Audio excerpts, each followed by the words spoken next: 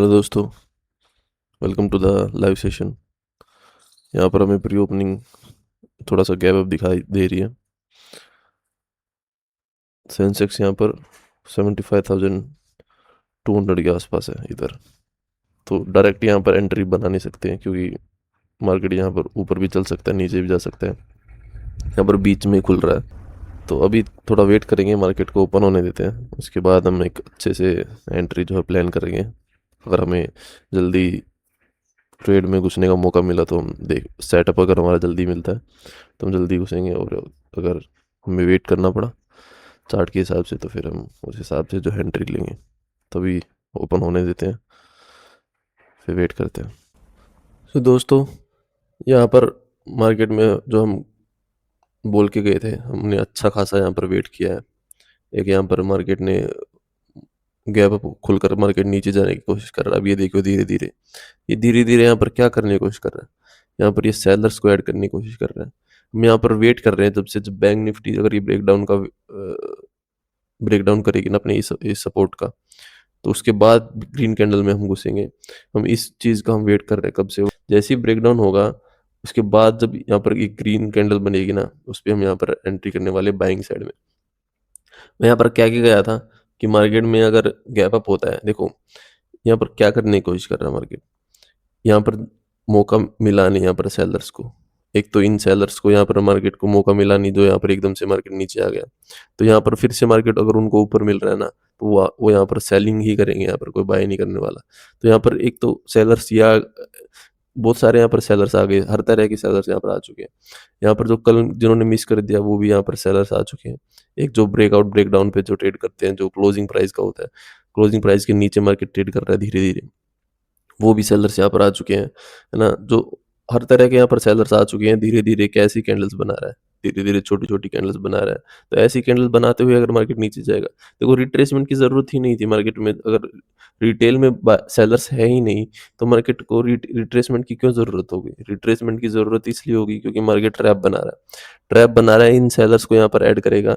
जैसे ही भर भर के यहाँ पर सेलर्स ऐड हो जाएंगे, वैसे ही उनके ऊपर एसएल अवेलेबल हो जाएंगे। हम इन सेलर्स को टारगेट नहीं कर रहे, हम यहाँ पर जो आज जो सेलर्स आ रहे हैं उनको टारगेट करने वाले हैं। ब्रेकडाउन हमारे पास हो चुका है, अब यहाँ पर एक अच्छी सी हम यहाँ पर एंट्री बनाने वाले हैं ढंग से।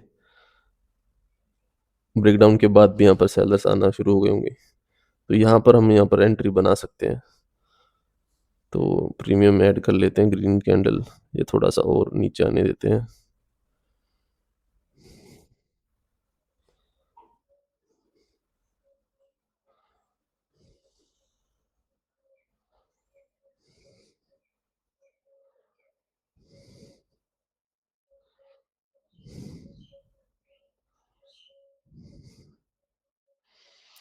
हम यहाँ पर सेंसेक्स में ट्रेड कर सकते हैं। बैंक निफ्टी, हालांकि बैंक निफ्टी में सेटअप बन रहा है हमारा। सेटअप तो हमारा बैंक निफ्टी में ही बन रहा है। जैसे ही मार्केट ने ये कल के लो का जो ब्रेक डाउन किया, वैसे ही यहाँ पर सेलर्स और भी आना शुरू हो गई। लेकिन हम यहाँ पर सेंसेक्स में ट्रेड कर सकते हैं, क्योंकि सेंसेक्स सही होल्ड कर रहा है। यहाँ पर साइडवेज देखो, यहाँ पर मार्केट ऊपर मिल रहा है, सेलर्स को ऐड किया, इनवाइट किया, यहाँ पर ब्रेक डाउन किया क्लोजिंग प्राइस का। प्लस यहाँ पर 75,000 का भी राउंड नंबर है। 75,000 का राउंड नंबर के मार्केट अब नीचे शुरू कर रहा है ट्रेड करना।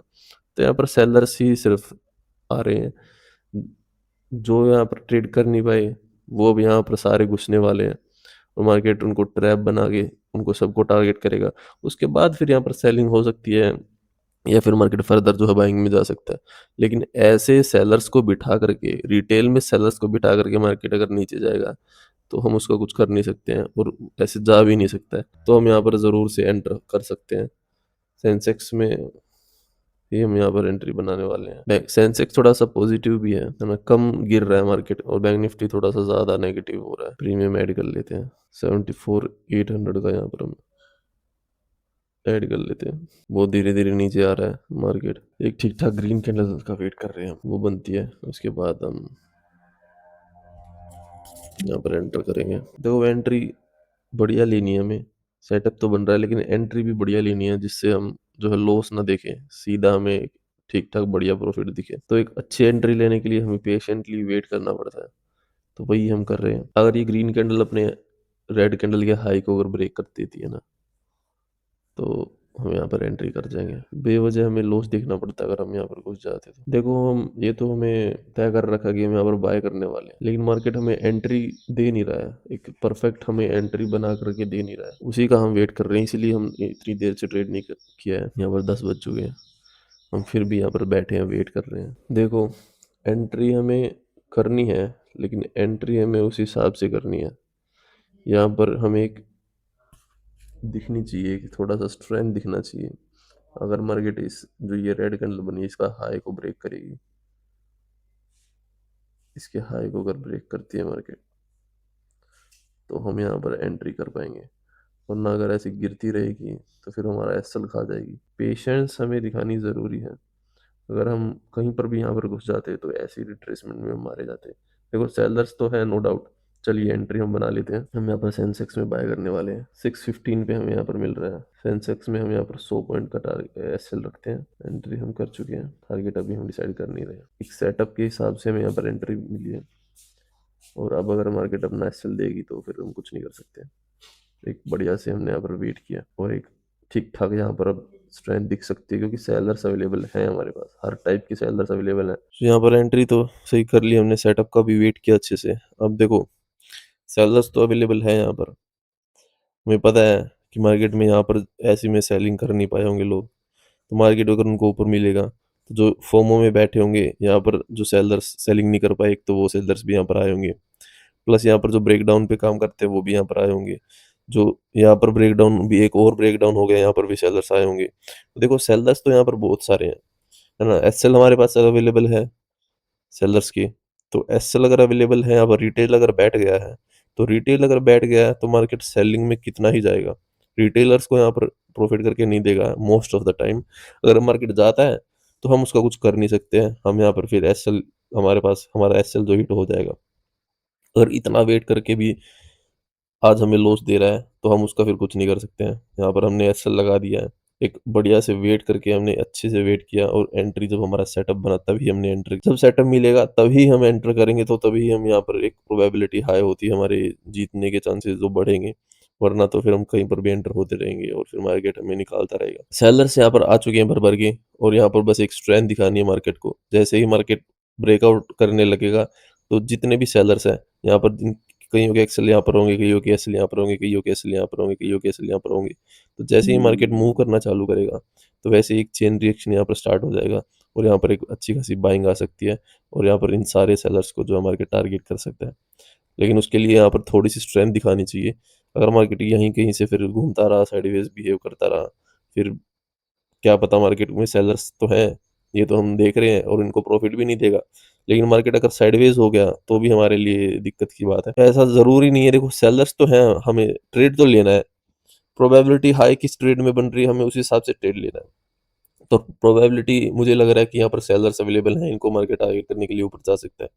लेकिन मार्केट हो सकता है यहाँ पर साइडवेज रहे पूरा दिन, हो सकता है ये सेलर्स जो है इनको कल मार्केट टारगेट करे। ज़रूरी तो नहीं है कि आज ही जो हम सोच के बैठे हैं, मोमेंटम तो उनको करना पड़ेगा टारगेट।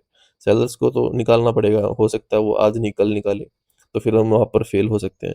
देखो फेल तो हम हो सकते हैं, रिस्क तो हर दिन हर ट्रेड में होता है, तो फेल हो सकते हैं हम। फेल होने के डर से हम, ऐसा तो नहीं है कि हम एंटर ही ना करें, है ना। हमें यहाँ पर सेटअप मिला ठीक-ठाक यहाँ पर, तो उस हिसाब से हमने यहाँ पर एंट्री बनाई। अब जो है मार्केट एसएल भी अवेलेबल है, तो मार्केट उनको टारगेट करना चाहेगी तो कर सकती है, वरना अगर साइडवेज रहेगी तो फिर वो मार्केट के हिसाब से, अगर मार्केट कल जो टारगेट करेगी उस इन सेलर्स को, तो फिर हम अपना जो एसएल लेकर के जाएँगे, और कुछ हम कर नहीं सकते हैं, है ना।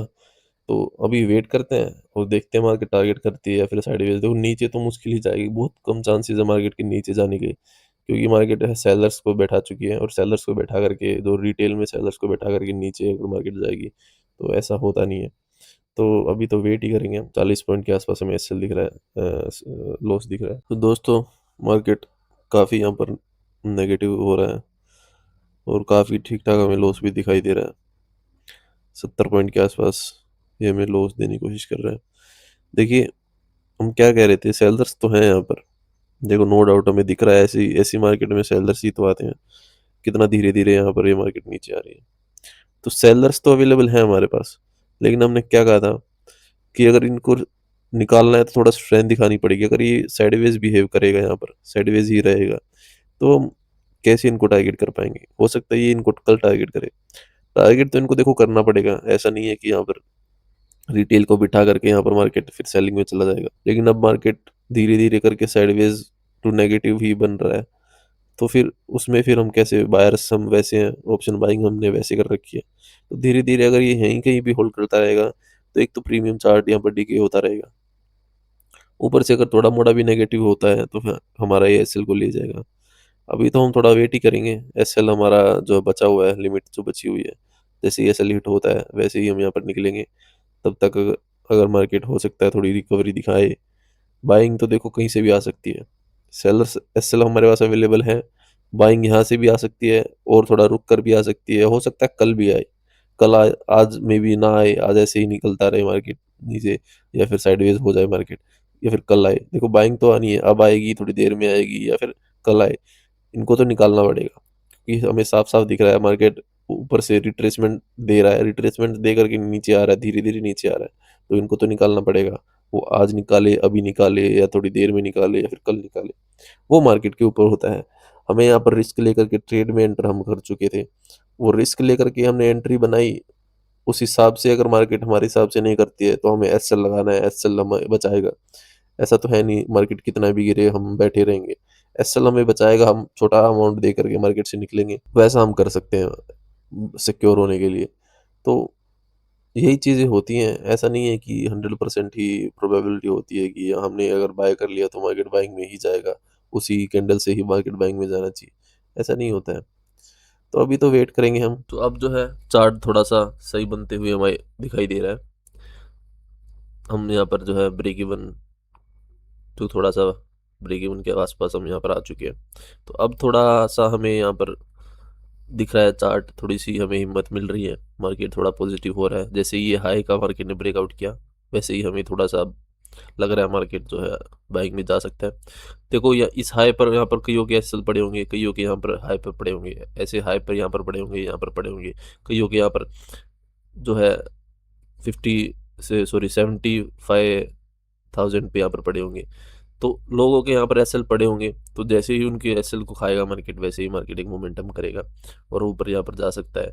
जैसे ही धीरे धीरे ऊपर जाएगा तो यहाँ पर चेन रिएक्शन यहाँ पर शुरू हो जाएगा, यहाँ पर एसएल होंगे, यहाँ पर होंगे, तो सबके जब एसएल हिट होंगे, यहाँ पर भी होंगे, यहाँ पर होंगे कईयों के।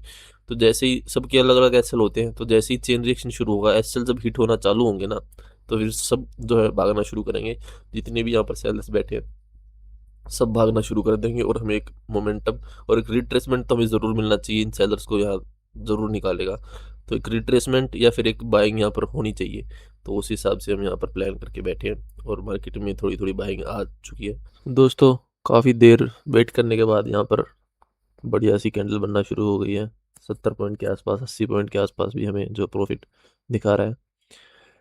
जो रेगुलर टारगेट होता है वो हमारा 100 पॉइंट के आसपास होता है, एसएल भी हमारा 100 होता है, तो टारगेट भी 100 हम रखेंगे। तो अभी तो थोड़ा वेट ही करेंगे, मार्केट में टाइम भी कुछ ज़्यादा ही हो गया है, तो टारगेट तो हम लेंगे।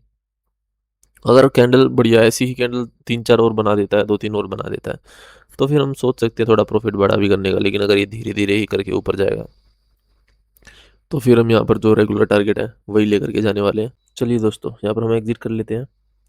700 पे हमें एग्जिट मिला है, क्योंकि अगर ये होल्ड कर रहा है ना तो फिर यहाँ पर जा नहीं पाएगा। तो मोमेंटम कैंडल यहाँ पर फास्ट बननी चाहिए थी, जैसे ये कैंडल बनी है वैसे ही यहाँ पर 1-2 कैंडल अगर बनती तो हम समझ सकते थे कि मार्केट में यहाँ पर बाय हो सकती है।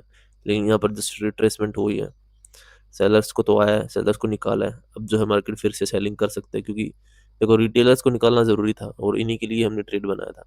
तो वो यहाँ पर निकल चुके हैं, राउंड नंबर के ऊपर मार्केट ब्रेकआउट कर चुकी है। तो यहाँ पर धीरे धीरे करके सारे जो है सेलर्स यहाँ पर निकल चुके हैं।